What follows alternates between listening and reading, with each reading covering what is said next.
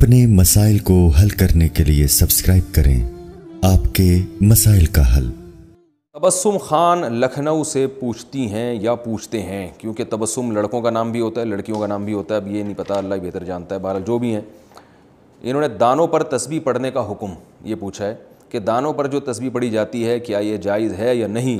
ہم نے سنا ہے کہ یہ بدعت ہے۔ نہیں، بدعت نہیں ہے، دانوں پر تسبیح پڑھنا جائز ہے، کیونکہ تسبیح کاؤنٹ کرنے کا حدیث میں حکم ہے۔ آپ صلی اللہ علیہ وسلم نے فرمایا جس نے 33 دفعہ سبحان اللہ کہا، 33 دفعہ الحمدللہ، 34 دفعہ اللہ اکبر، یہ تسبیحات فاطمہ۔ اسی طرح آپ صلی اللہ علیہ وسلم نے فرمایا جس نے 100 دفعہ لا الہ الا اللہ وحدہ لا شریک لہ لہ الملک ولہ الحمد وہو علی کل شیء قدیر، یہ کلمہ ہے، آپ نے فرمایا جس نے 100 دفعہ پڑھا، 100 دفعہ رات شام کو پڑھا، تو اس سے زیادہ نیکی کوئی کر نہیں سکتا۔ تو اس طرح کے جو فضائل ہیں 100 دفعہ، تو ظاہر ہے اس کو تو کاؤنٹ کرنا پڑے گا نا۔ تو کاؤنٹ کا کوئی بھی طریقہ ہو سکتا ہے، انگلیوں پہ بھی گنا جا سکتا ہے۔ آج کل ایک چائنا کی ایک بڑی مشہور ایک ڈیجیٹل مشین آ رہی ہے، اس کو آپ دباتے رہیں، تو کاؤنٹ جس طرح سے بھی کیا جائے کھجور کی گٹھلیوں پر، تو وہ مقصد وہ تسبیح کے وہ دانے نہیں ہوتے، مقصد گننا ہوتا ہے، تو کسی بھی طریقے سے آپ گن سکتے ہیں۔ رات کو تسبیح فاطمی کب پڑھیں؟ رات کو تسبیح فاطمہ وتر کے بعد پڑھنی چاہیے یا جب بستر پر بیٹھیں تب پڑھنی چاہیے؟ جاوید احمد کشمیر سے۔ دیکھیے جب یہ بستر پہ لیٹ جائیں نا اس وقت پڑھنے کا حکم ہے۔ حدیث ہے رسول اللہ صلی اللہ علیہ وسلم کی صحیح حدیث ہے، حضرت فاطمہ رضی اللہ تعالی عنہا نبی صلی اللہ علیہ وسلم کے پاس آئیں، عرض کیا کہ یا رسول اللہ میں گھر میں بہت خدمت کرتی ہوں، ہاتھوں پہ نشان پڑ جاتے ہیں چکی پیسنے سے، کوئی گھر میں خادم کا انتظام کر دیں۔ آپ صلی اللہ علیہ وسلم نے فرمایا میں تمہیں ایسا عمل نہ بتاؤں جو خادم سے بہتر ہے؟ فرمایا ضرور بتائیے۔ تو آپ صلی اللہ علیہ وسلم نے فرمایا 33 دفعہ، فرمایا جب تم بستر پہ سونے کے لیے لیٹ جاؤ، حضرت علی سے بھی آپ نے فرمایا، حضرت فاطمہ سے بھی، کہ جب بستر پہ سونے کے لیے لیٹ جاؤ، ایک روایت میں آتا ہے کہ آپ صلی اللہ علیہ وسلم خود حضرت فاطمہ کے گھر گئے اور حضرت علی اور حضرت فاطمہ کے درمیان میں بیٹھ کے آپ نے ان کو نصیحت فرمائی کہ جب تم سونے کے لیے بستر پہ لیٹ جاؤ 33 دفعہ سبحان اللہ، 33 دفعہ الحمدللہ اور 34 دفعہ اللہ اکبر پڑھو۔ یہی تسبیحات پڑھنے کا حکم ہر نماز کے بعد بھی ہے، اور رات جب ہم سونے کے لیے لیٹ جائیں تو اس وقت بھی ہے۔ تو یہ وتر کے بعد نہیں پڑھے جائیں گے، بلکہ جب آپ بستر پہ سونے کے لیے لیٹ جائیں تو اس وقت پڑھی جائے گی یہ تسبیح۔ اور اس کی یہ فضیلت ہے کہ آپ صلی اللہ علیہ وسلم نے اپنے داماد اور اپنی بیٹی کو یہ تسبیحات بتائیں، اور فضیلت یہ بتائی کہ یہ گھر میں خادم سے بہتر ہے، یعنی خادم سے تمہیں وہ کچھ حاصل نہیں ہوگا جو تمہیں ان تسبیحات پڑھنے سے قیامت میں جو اجر ملے گا، تو اس اجر کو دیکھ کر تم یہ کہو گے کہ ہم نے دنیا مصیبت میں گزار دی، مصیبت سے مراد یعنی مشقتوں میں گزار دی، تو جو اجر ہمیں مل رہا ہے یہ اس خادم سے کروڑہ گنا زیادہ ہے۔ اس خادم سے ہمیں جو سہولت ملتی اس سے اتنا مزہ نہیں آئے گا جتنا اس اجر کو دیکھ کے قیامت میں مزہ آئے گا۔ اللہ ہم سب کو توفیق عطا فرمائے۔ نماز کے بعد کون سی تسبیح پڑھیں؟ نماز کے بعد میں نے امام صاحب اور بہت سے لوگوں کو کچھ تسبیح پڑھتے ہوئے دیکھا ہے، کیا نماز کے بعد کوئی خاص تسبیح ہوتی ہے پڑھنے کی یا پھر کچھ بھی پڑھ سکتے ہیں؟ عبداللہ کراچی سے۔ کچھ بھی پڑھ سکتے ہیں لیکن جو سنت تسبیح ہے وہ پڑھنی چاہیے۔ تو فرض نماز کے بعد تو آپ صرف اللہم انت السلام و منک السلام تبارکت یا ذا الجلال والاکرام پڑھیں، اس کے بعد سنت موقدہ پڑھیں، اس کے بعد پھر آپ 33 دفعہ سبحان اللہ، 33 دفعہ الحمدللہ، 34 دفعہ اللہ اکبر یہ بھی پڑھ سکتے ہیں، یا 33 دفعہ سبحان اللہ، 33 دفعہ الحمدللہ، 33 دفعہ اللہ اکبر، اور ایک دفعہ پھر لا الہ الا اللہ وحدہ لا شریک لہ لہ الملک ولہ الحمد وہو علی کل شیء قدیر یہ بھی پڑھ سکتے ہیں۔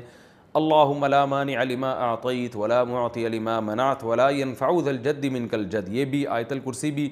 اس کے علاوہ بھی تسبیحات ہیں، بہت سی مساجد میں آج کل وہ لٹکی بھی ہوتی ہیں، سعودی عرب میں تو خاص وہاں مسجدوں میں اس کا اہتمام ہے کہ سنت تسبیحات میں نے تو ہر مسجد میں دیکھی ہیں، تو بڑا اچھا عمل ہے یہ۔ تو مسجد والوں کو چاہیے کہ وہ تسبیحات جو معمولات اور وظائف نبی صلی اللہ علیہ وسلم فرائض کے بعد پڑھا کرتے تھے وہ لکھ کے لگا دینے چاہیے تاکہ لوگ ان سے یاد کر لیں، ورنہ یہ تسبیحات تو نبی کا معمول تھا، یہ پڑھا کریں۔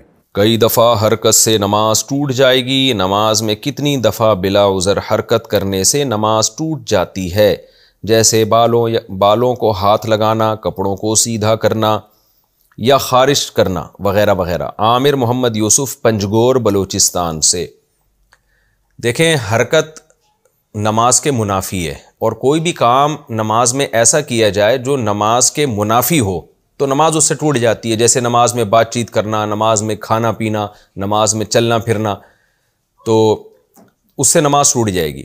تو اس پر تو پوری امت کا اجماع ہے، لیکن یعنی اس کے لیے تو دلیل کی حاجت نہیں ہے، کیونکہ یہ اجماع امت سے ثابت ہے کہ نماز میں نماز کے اگینسٹ کوئی کام کرنے سے، نماز کے منافی کوئی کام کرنے سے نماز ٹوٹ جاتی ہے۔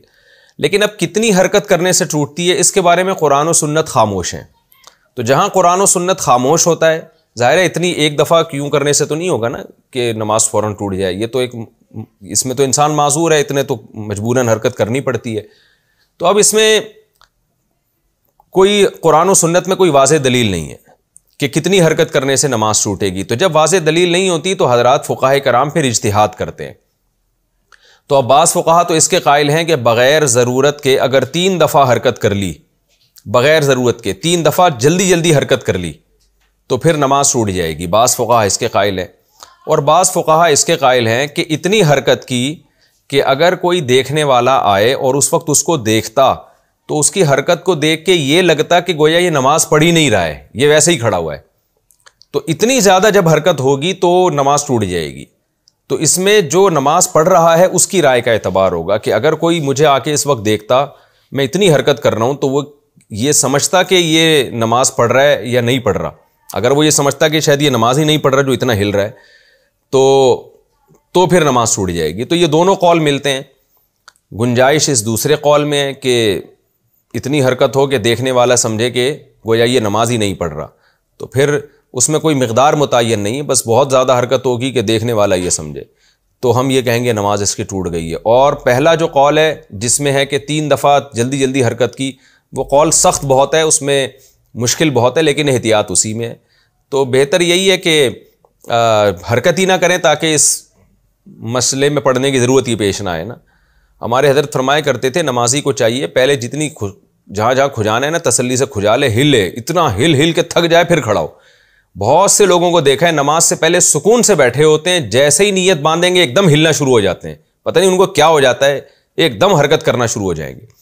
تو تمیز سے نماز پڑھنی چاہیے انسان کو، تو ایسا کام نہیں کرنا چاہیے جو نماز کے منافی۔ ہاں کوئی بہت ضرورت ہے تو پھر جلدی سے حرکت کر کے وہ ختم کر دے اس کو جو خارش ہو رہی ہے، تاکہ نماز میں اس کا دھیان نہ بٹے۔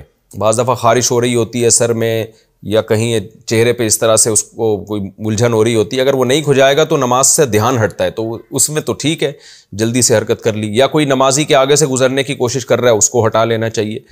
تو اس طرح کی حرکت جہاں ضروری ہو وہاں تو بالکل جائز ہے، لیکن جہاں ضروری نہیں ہے تو 1 دفعہ بھی حرکت نہ کرے۔ اور اگر 3 دفعہ حرکت کر لی ہے تو احتیاط اسی میں ہے کہ نماز لوٹا لے، لیکن نہیں لوٹاتا تو بھی امید ہے کہ نماز انشاءاللہ ہو جائے گی، کیونکہ دوسرا قول بھی بہرحال موجود ہے۔ لیکن گناہ بہرحال ہوگا، یہ خوب ذہن میں رکھیں کہ بار بار بلا وجہ حرکت کرنے سے نماز کا خشوع و خضوع بھی خراب ہوتا ہے اور گناہ بھی ملتا ہے۔